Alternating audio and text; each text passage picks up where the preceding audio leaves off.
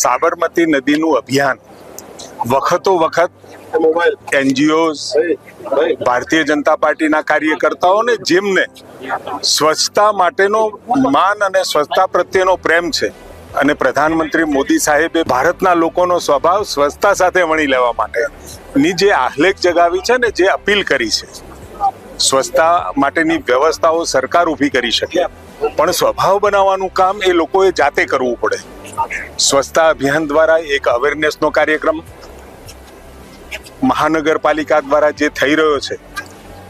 આ મહિનામાં લગભગ દરેક જગ્યાએ ગામડાથી તે મહાનગરપાલિકાઓ સુધી આ સ્વચ્છતા અવેરનેસનો કાર્યક્રમ અને સ્વચ્છ ગામડું બને, સ્વચ્છ મોહલ્લા બને, સ્વચ્છ શહેરો બને, એનું અભિયાન જે હાથમાં ધર્યું છે, એના કારણે સ્વભાવ સ્વચ્છતાનો લોકોનો બને. અને જેમ સવારે ઉઠીને બ્રશ કરીએ, સવારે આપણે નાહીએ, એ જ રીતે પોતાના આજુબાજુનું પર્યાવરણ પણ સ્વચ્છ રહે અને સ્વચ્છતાની સાથે અનેક બાબતો જોડાયેલી છે, જેમ કે આરોગ્ય, ગામ સ્વચ્છ હોય, આજુબાજુનો વિસ્તાર સ્વચ્છ હોય, પાણી ભરાતું ના હોય, કચરો ના હોય, તો અનેક જે રોગો ગંદકીના કારણે થતા હોય એ ન થાય.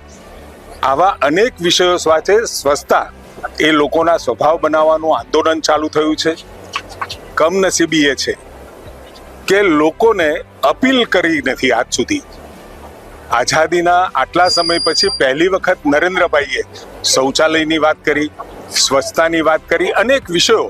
વૃક્ષો વાવવાની વાત કરી, અનેક વિષયો સાથે લોકોને જોડવાનું કામ કર્યું છે. એના કારણે હરિયાળી વધવાનું, વૃક્ષો વાવવાનું, પાણી બચાવવાનું, ઇલેક્ટ્રિસિટી બચાવવાનું, અને હવે આજના સાંપ્રત સમયની અંદર પણ